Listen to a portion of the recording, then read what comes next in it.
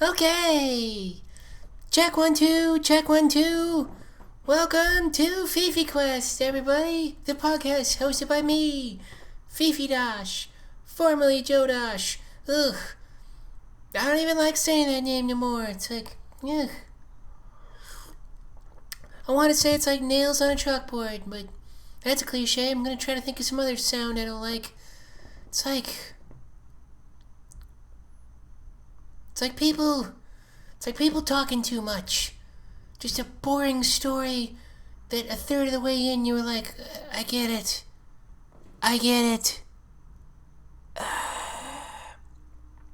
That's the feeling I feel when I hear that name, my boy name. But I'm Fifi now, because that's what this podcast is, all about me transitioning into a lady and documenting every step of the way. Welcome back, everyone. I'm here on public access TV, documenting my transiness. Do kids even know what public access cable was? Probably not. You probably don't know what cable TV is anymore. Yeah. Well, if you were born in the year 2000, whatever, if you had your first birthday on 9/11, you maybe only faintly remember what cable TV is. Maybe it was the thing your parents watched while you watched your DVD of Finding Nemo throughout the entire Iraq War. So, till today, I guess. Public access TV, in short, was this thing you could do where you'd have all your cable channels and they're just like, no one has any YouTube or really has a video camera, and no one knows how to upload anything on the internet, so you can get on public access. Just book time and rant about, the city council meetings and go on unhinged tirades about Waco, I guess. That's what I remember. God. How did you get on the internet in the 2000s? I don't even know. I guess you had to, prick your fingernail and then write a letter in blood to the mayor of newgrounds.com and say, hey, I got two Koopa Troopas blowing each other and saying racial slurs. Can you put that on your website? And and that's what we did, kids. That's what we did.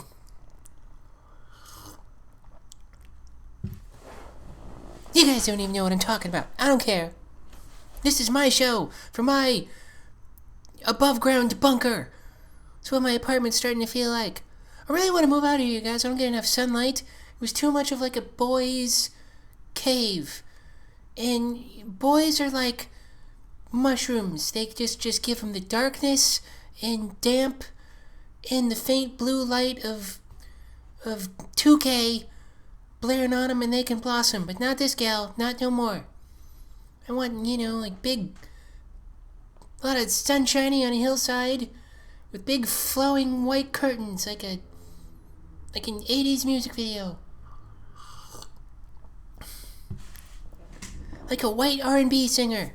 That's what I want. Those curtains. Trying to work on my enunciating with my new voice. I think I'm doing pitch and projection pretty well. I'm just trying to enunciate more, try to sound a little more like an adult.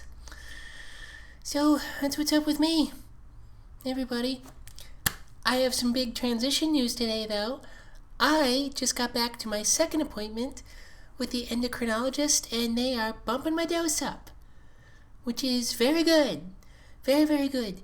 If there are any trans people listening to this, which I presume there's a few of you out there,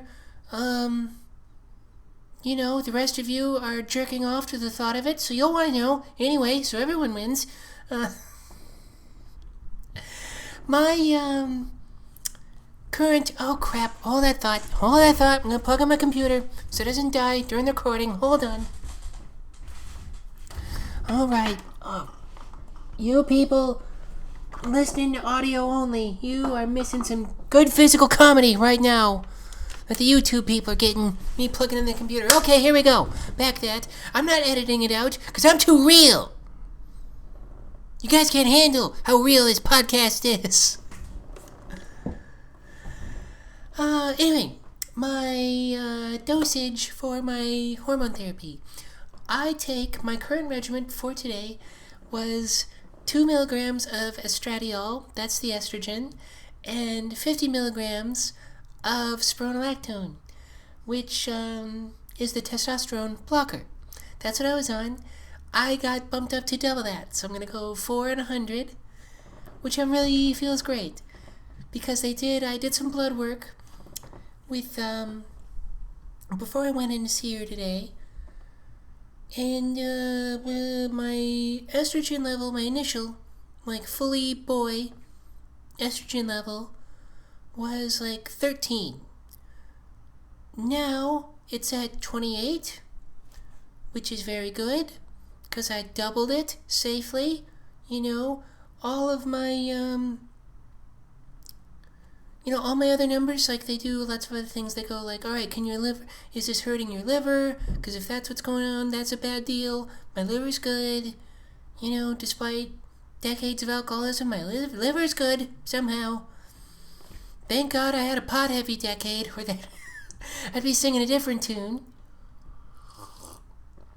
But, yeah. Electrolytes are good. All the non-hormone things that they're worried hormone therapy can screw up, that's all good. So I jumped up from 13 to 28. And my testosterone it's okay. It's some huge number. A woman's testosterone levels is like 50 or less. I'm in the several hundreds, which, is normal, but it's a huge number. So that's what's up.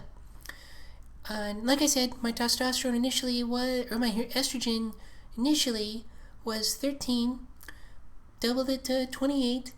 However, a woman's range of estrogen is 50 to 150. My doctor shoots for 100. So, the rate I'm going, that all sounds good. Gonna double it, as we said. Shouldn't affect anything. I go back and see her in 2 months, and presumably up it again. So yeah.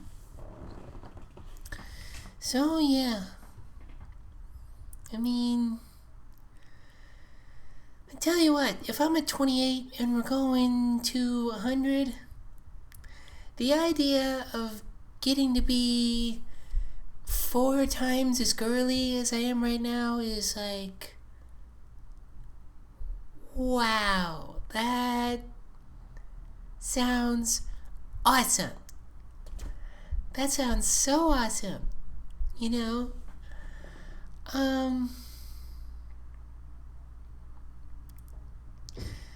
Who knows what's gonna happen? The kind of woman I'm gonna continue to evolve into. I don't know. It's part of the fun, but I think I'm gonna be a pretty girly girl, And again, if we're doing 4 times what I am now, life is gonna be fucking sweet. I'll tell you that right now. Yeah. Trying to swear less. I am. I don't think it's ladylike. I don't feel good when I do it. Oh man. Yeah, 'cause I gotta say, it's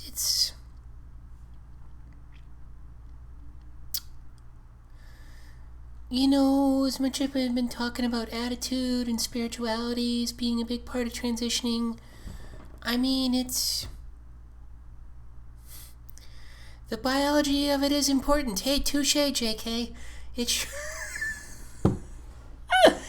I mean, 'cause like I don't. It's weird, you guys, 'cause it's like. I mean, I'm out there. I wanna, I believe I can wear right now. I can wear what I want. I can act the way I want. But like, it's hard to feel girly if I don't have the hardware for it, And I'm not even talking about, penises or anything like that. Just inside, like what it feels inside my body. Like my body it's like my soul and my body are like doing a tug of war with each other, you know, with the hormone levels and everything, because it's like inside my body feels very, you know, women are curvy and they're fluid and they're soft and squishy and they feel more. My body feels very square and angular and we're going this way and everything feels very hard and, you know, when I move sometimes I feel like I'm trying to it's like I'm trying to pour a rock. You know what I mean? I want this to flow and it's just clunk, clunk, clunk. So, but hey, I'm on my way. This takes time, one way or the other, and yeah, it's okay if I don't feel great. Some days, you know, because it's a big thing inside my body. It's not just like, I can't mind over matter the whole thing, and sometimes mind over matter is just going, hey, is this what it is right now? You know?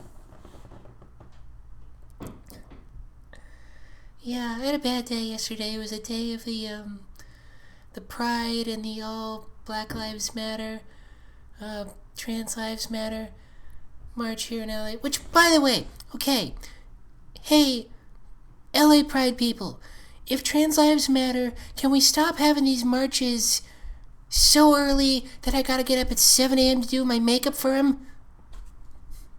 Okay? They start at 11. You gotta park. That takes a half hour. You gotta drive there. That takes a half hour. You know? I like to get up and meditate. Have a nice breakfast and a cup of coffee before I go to the revolution. Is that okay? And I like to do makeup while I'm doing it, which may take us trans girls a minute longer. You know? How about 2 p.m.? How about 2 p.m., comrades? Can we do that? Get a nice brunch in, a nice cup of coffee or two, you know? Maybe watch a Star Trek or an Office or whatever you're into, and then we go out and change the world, comrades. Which, by the way, I'm not your comrade, you America-hating Ruskies. Capitalism is what allows me to wear a French maid's uniform on the internet and jerk off my girl penis for 6 figures. And for that, I say, God bless these United States.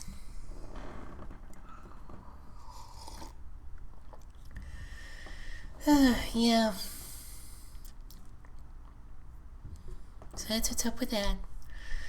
So many people have been going out to these protests. It's really cool. Like, there are drone shots online. I mean, what I do of just blocks and blocks and blocks and blocks and blocks of people. It's so cool. And I'm choosing to look at all that. It's like, wow. So many people are not down, are 100%, well, they're 100% down with treating people equally. And, you know, so many people are just not complacent with prejudice. And I think that's really cool. It's the opposite of what my brain tells me sometimes. My brain likes to tell me they're just out to get me, everyone's out to get me. And, like I've been saying, it's hard to challenge that, because when I challenge that, that belief gets proven wrong. It's hard to do it during COVID-19, because you get stuck inside all day, you know?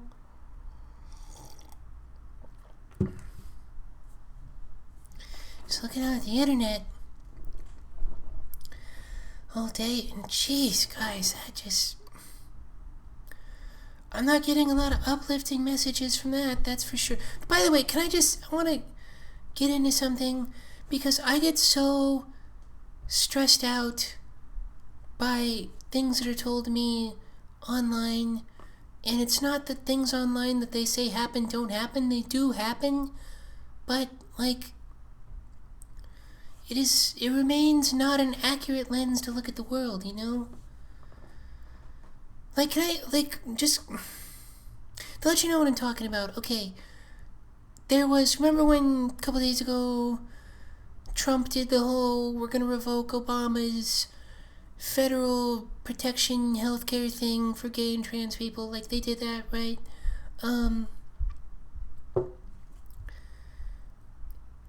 which is bad, of course. It's a bad thing. But by the way, Supreme Court today said, hey, you cannot discriminate. Sex applies to gender and sexual orientation. So that's great. That's great.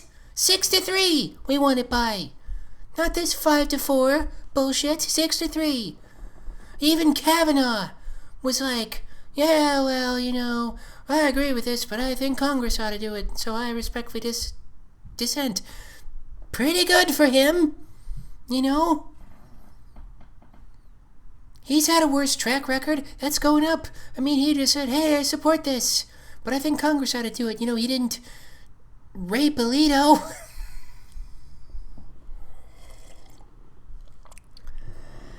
So, but my point is, okay, I heard this story going on when Trump revoked the thing literally days before the Supreme Court. I saw there was this tweet that went viral about this is why we need transgender health protections. Because in 1995, this woman in Chicago was hit by a car, this trans woman, and the paramedics, cut off her clothes like they do when they saw a penis. And they laughed at her and said mean things about her, and they didn't save her, and she ended up dying. And this can happen if we don't have protections. And, this is a horrible story, right? But, what didn't happen in the tweet was, these paramedics and firefighters got sued.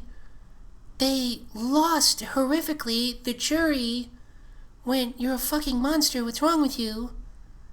And the city of, I forget where it was, paid millions of dollars to this victim's family. And, does that make any of this okay? No. Does this make it not horrible? No. But I find it terribly relevant to this viral story. And there weren't any instantiated protections for queer people in 1995, but, it doesn't mean it's illegal. It doesn't mean it's legal to just let people die. It's illegal to murder people. People still do it, but people do go to jail for it. These people in this viral story did go to jail for it. And I don't think we're helping. You're certainly not helping me by giving the most dire, horrific version of every possible story, omitting important details for them, I don't know, that these horrible people were brought to justice in a way. I mean, I don't know if they went to jail or whatever, but all my point is that's important, and it gets cut out of all these hundreds of stories that just whiz past my head all day, making me more and more upset. I got in such a tailspin the other day because I just thought oh, I'm just waiting to get attacked. This is terrible. And today I went out to Kaiser and everyone wanted to help me in my transition so badly. And I talked to so many people when I was waiting around, and everyone was sweet. And I was saying hi to everybody on the way back. And I, was walking through the neighborhood on the way back in a cute dress, saying hi to people, waving at people. I live in the same neighborhood Tangerine was shot in, you guys, and I had a great time. So, I don't know. I try to put positivity into the world. I try to show positive things. I like trans people and everybody to believe, hey, you can do this. There's a lot of support and love out there for you. There's the love and support that you need. You can do it. You can do it. Life is so happy when you show up as yourself. And I'll say this again, I know I said it last time. Friends with everybody online who I grew up with in my tiny little town in South Dakota. I'm friends with them all still. And their parents. Everyone's super happy for me. And I'm not particularly close with anybody, and everyone reached out. I'm so happy for you, Fifi. So, doesn't get any Trumpier than South Dakota, everyone. Sorry about it. So, I just,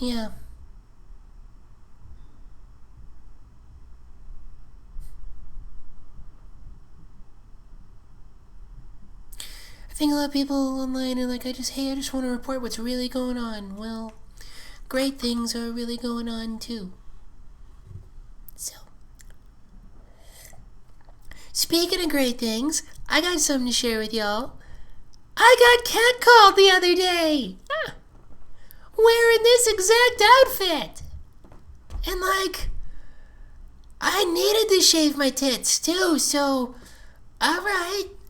It was so much fun and insulting, and it better never stop. Yeah, so, yeah, I got in a whole thing, got in a bad tailspin the other day where I'm like, no one's gonna want me. I'm so far enough from being lovable in a romantic way, and, not to the low riders of East Hollywood, I'm not. Yeah, there are people out there who are into me the way I am right now. So, yeah.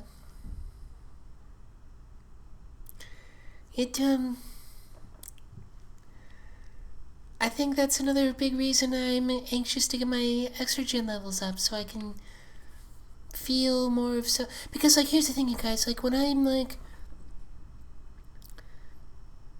when according to my brain, I am a woman, but there's conflict between brain and body or spirit and body, it's hard to, feel yourself. I've been watching lately, when I relax at the end of the day, when I'm done with all my work today, just gonna unwind with a little TV and go to bed, I squirm around a lot, and when I'm sitting there and I'm I don't feel like I'm relaxing. Can I just sit still and feel into my body? And a lot of times I have a lot of trouble, and it's I think to my mind, it's because I'm feeling the wrong body from within, and it makes it hard to just relax, let alone be sensual and flirty, and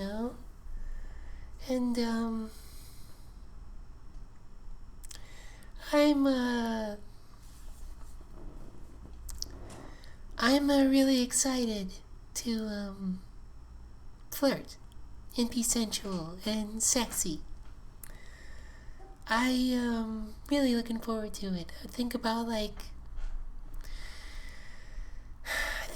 bikinis and stuff a lot, and swimsuits, and cause I pick out outfits a lot, and I'm oh, I don't.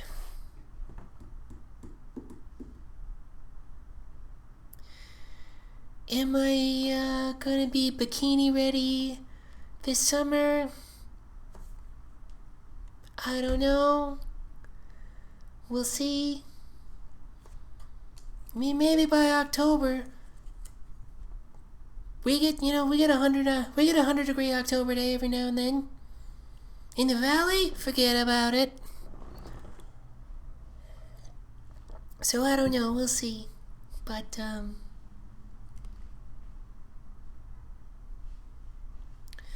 really excited to be sensual and really feel myself deeply, and I think that's one of the really great things that's attractive about women and femininity in general, is a real deep feeling. I saw something online the other day that I thought that it just blew my mind. I forget the context I heard it in, and I wish I could credit whoever said this, but she said that men lead in direction and women lead in depth. And I was whoa, yeah, that really blew my mind. I thought that would be, yeah, in a relationship or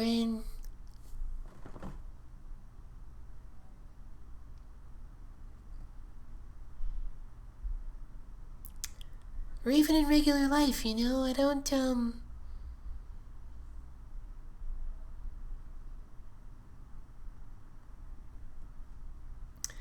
even in regular life, because I think about my career too, and trying to get a movie made right now, you guys, or sold at the very least. And I sometimes think, like, what if I directed it? And or what if I'm trying to get a show sold too? What if I'm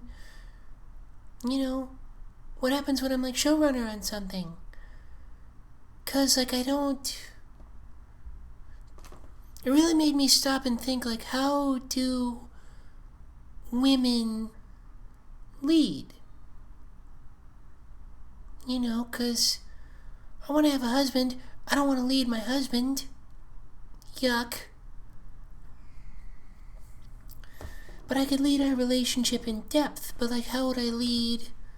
That makes sense. That makes a lot of sense to me romantically and sexually. But like, how would that apply to like a business enterprise? And I guess I think when I think of being showrunner on a show or directing a movie, I think I would lead it by being the mom of the movie, Like if I were the mother of this motion picture rather than, say, the general, What would I do that? How, How that would manifest to me remains to be seen, but I think that would be my guiding principle. I would be the mom of a business thing, because I see a lot of like female directed career stuff, and like to me it feels like I don't want to be a woman who does men things better than men and succeeds that way. I mean, we can and I could, but I don't want to. Done that my whole life. It sucks. So, yeah, I mean, you don't think of moms as weak. You don't think of moms as masculine. But you very, very, very much think of moms as in charge, Like, moms are in charge. Like, I don't care who the dad is or what he does or, It's like the old joke, like, like there's a drill instructor. When he goes home to his wife, he can't boss anybody around, But you wouldn't think of that woman as, like, more of a drill instructor than him. You know what I mean? I think about that a lot lately, because I'm really trying to, like when I got catcalled, kinda. I want to get to a point where I want to take up space in the world. I don't want to like shrink and hide and be like, oh gee shucks, and kind of sneak through life. Like when I got catcalled the other day, I want to get to a point where I like taking up enough space where I can like have fun with that. And, oh, sorry, there's people in the hallway. Yeah.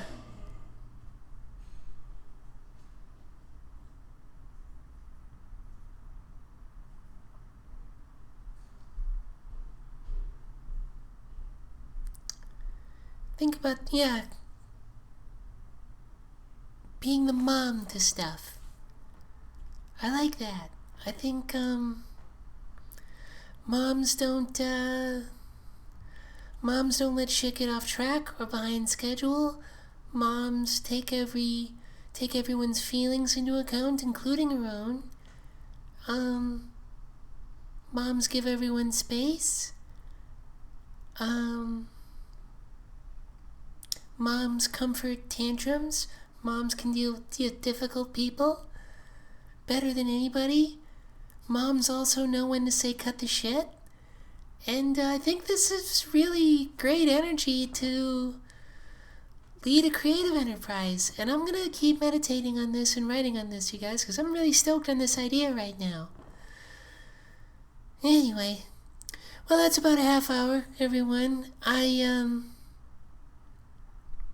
want to thank you all for listening. I want you all to say, I want to let you know, I recently did my good friend Jessica Michelle Singleton's podcast, Ignorance is Blessed.